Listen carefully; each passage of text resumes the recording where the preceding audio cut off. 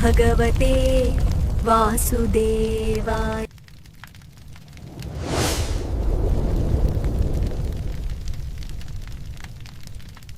నేను చిరంజీవినయ్యాను, అమరుడనయ్యాను, భగవంతునిగా మారిపోయాను. ఈ హిరణ్యకశిపుడే భగవంతుడు. సర్వత్రా నానామస్మరణే వినిపించాలి. హిరణ్యకశిపుడే భగవంతుడు.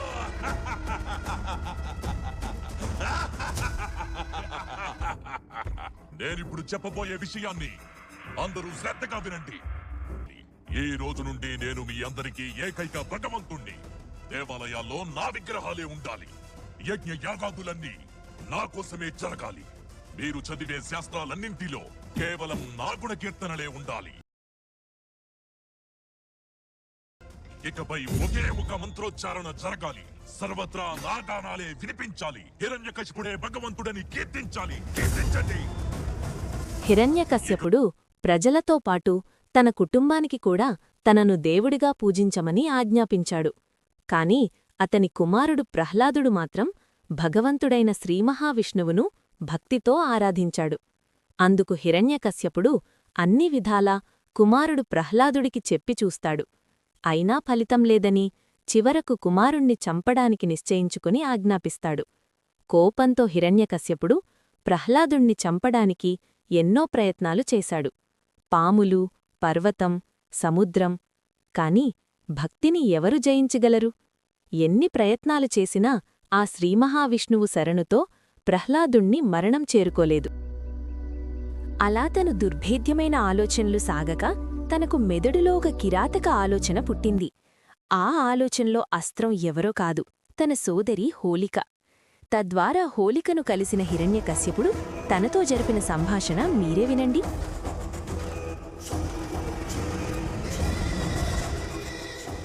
ఆ సమయంలో నీవు కూడా ఒక సిద్ధిని పొందావు. నీవు తలుచుకుంటే ఎవరినైనా భస్మం చెయ్యగలవు. సోదరా, మీకొక విషయం గుర్తులేదనుకుంటా. నేనా వరాన్ని ఒక నియమం మీద పొందాను. ఆ వరాన్ని నేను కేవలం నా రక్షణకు మాత్రమే ఉపయోగించాలి. దానిని దుర్వినియోగం చెయ్యకూడదు. ప్రహ్లాదుని చంపడం ద్వారా నీవు అసురు జాతినే కాకుండా నిన్ను కూడా కాపాడుకుంటున్నావు. ఇది నీవు పొందిన వరాన్ని సదుపయోగం చేయడమే అవుతుంది, దురుపయోగం కాదు. హోళిక, నిన్ను నా సోదరిగా భావిస్తున్నాను. ఇటువంటి పరిస్థితుల్లో నా సోదరి నాకు తోడుగా ఉండదా? తప్పక తోడుంటాను సోదరా. చివరికి హిరణ్యకశ్యపుడు తన చెల్లెలు హోలికని పిలిచాడు. ఆమెకొక వరం ఉంది. మంటల్లో కూర్చున్నా ఆమెకి ఏమీ కాదు. అందుచేత తన మేనత్త ప్రహ్లాదుణ్ణి ఒడిలో పెట్టుకుని మంటల్లో కూర్చుంటుంది. కాని స్వార్థం కోసం వాడే వరం ఎప్పుడూ పనిచేయదు. అలాగే ఆ వరం పనిచేయాలంటే ఆమె ఒంటరిగా ఉండాలి. పైగా దాన్ని వేరేవాళ్లకి హాని చేయడానికి వాడకూడదు. కానీ ఈ చిన్న కార్యం కోసం మీకీ హోళికానే ఎందుకు? ప్రహ్లాదుని అగ్నిలో పడవేయండి. అగ్నికి ఆహుతైపోతాడు. కేవలం అగ్ని ప్రహ్లాదుని ఏమీ చేయలేదు. ఆ మాయావి విష్ణువు ఎప్పుడు ఒంటికాలిపై సిద్ధంగా ఉంటాడు, వాణ్ణి కాపాడేందుకు. అలా మొత్తానికి హిరణ్యకశ్యపుడు హోలికను ఒప్పించి ప్రహ్లాదుడి భస్మానికి చితిని పేరుస్తాడు. కాని అక్కడే ఉంది అసలు రహస్యం. మనం మనస్ఫూర్తిగా నమ్మికొలిచే దేవుడు ఎప్పుడూ తమ భక్తులను కష్టాల్లో విడువరు, తప్పకుండా కంటికి రెప్పలా కాచుకుంటాడు. అలాంటిది అంతటి పరమభక్తుడు ప్రహ్లాదుడి విషయంలో ఆ శ్రీమహావిష్ణువు ఏం చేశాడో ఆ అద్భుతాన్ని మీరే చూడండి. ప్రహ్లాదా, నిన్ను నా ఒడిలోకి తీసుకుని నాతో పాటు చితిమీద కూర్చుండబెట్టి భస్మం చెయ్యబోతున్నాను. ఏడవకమ్మా, నువ్వు ఏడుస్తే నాకు బాధగా ఉంటుందమ్మా.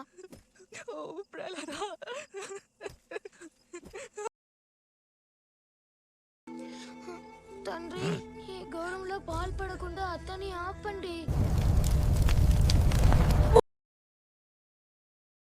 ఆపకపోతే మీరెంతో పశ్చాత్తాపడాల్సి ఉంటుంది. అయితే మరి విష్ణువు పట్ల నీకున్న వ్యామోహాన్ని వదులుకో. అలా చేస్తే ఈ ఘోర అనర్థం జరగకుండా చేస్తాను. అలాగే నేను క్షమిస్తాను కూడా. వదిలే ప్రహ్లాద, విష్ణుభక్తిని వదిలే. అమ్మా, మీరు కన్నతల్లి అయ్యుండి కూడా ఇలాంటి చెడు సలహాలు ఎలా ఇవ్వగలుగుతున్నారు?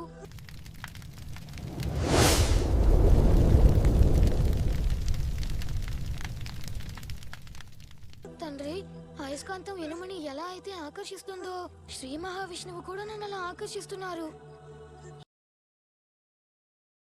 మూర్ఖ బాలక, నీకు చావు కూడా తక్కువే. హోళిక, వీడిని చితి మీదకి తీసుకెళ్ళు. పద ప్రహ్లాద.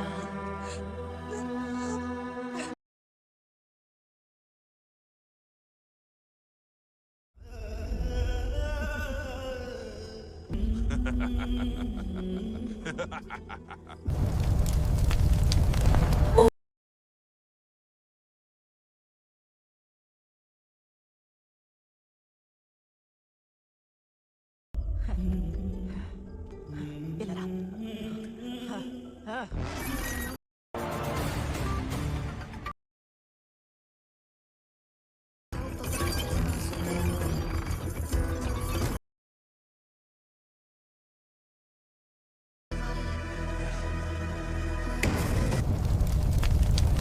ఓం నమో భగవతే వాసుదేవాయ.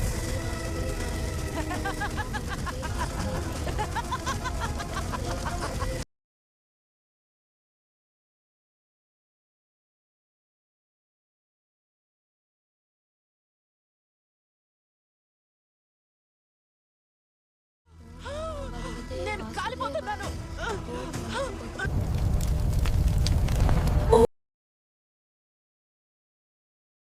నేను కదలలేకున్నాను. సోదరా, నన్ను రక్షించు సోదరా. నేను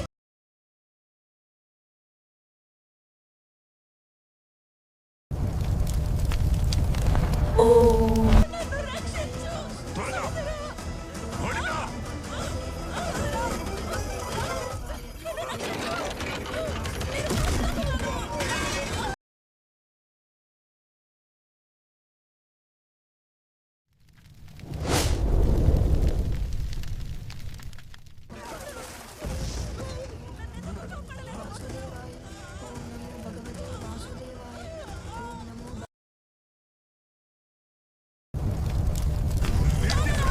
ఓం నమో భగవతే వాసుదేవాయ.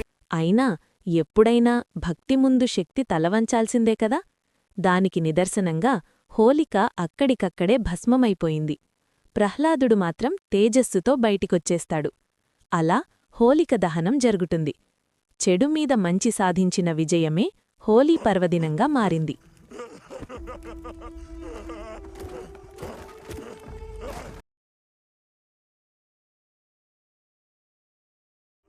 తండ్రి, నేను మీకు ముందే చెప్పాను. హోళిక! అత్తని నాతో పాటు చితి మీద కూర్చోబెట్టవద్దన్నాను. అలా చేస్తే మీరెంత బాధపడతారని చెప్పాను. ఓం నమో భగవతే వాసుదేవాయ. నా సోదరుని చంపిన అంత కూడా నాకు కనిపించకుండా వెళ్ళిపో, వెళ్ళిపో!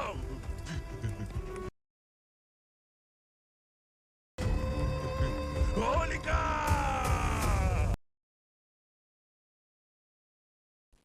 అంతేకాదు, హోలీ రాధాకృష్ణుల ప్రణయానికి ప్రతీక కూడా. రంగులు పూయడమంటే ఎదుటి వ్యక్తిలో ఉన్న దైవత్వాన్ని గుర్తించడం. కులమతాలు, హోదాలు పక్కన పెట్టి అందరం ఒక్కటే అని చాటి చెప్పడమే ఈ పండగ అసలు ఉద్దేశం. చూడు, నన్ను పిలిచావుగా, నేను వచ్చేశాను. ఏమైనది? నీవు నాతో మాట్లాడవా? మనం నమ్మే దేవుడెవరైనా, జాతి కుల మత వర్ణవర్గం ఏదైనా నమ్మకంతో ప్రార్థిస్తే ఆ భగవంతుడు కష్టకాలంలో మన చేయి విడువడు. మనసారా భక్తితో పిలిస్తే ఎటువంటి చీకట్లో ఉన్నా తానే వెలుగుగా మారి దారి చూపిస్తాడు. తనపై నమ్మకం ఉంచు చాలు. జై శ్రీమన్నారాయణ, జై శ్రీమన్నారాయణ, జై శ్రీమన్నారాయణ.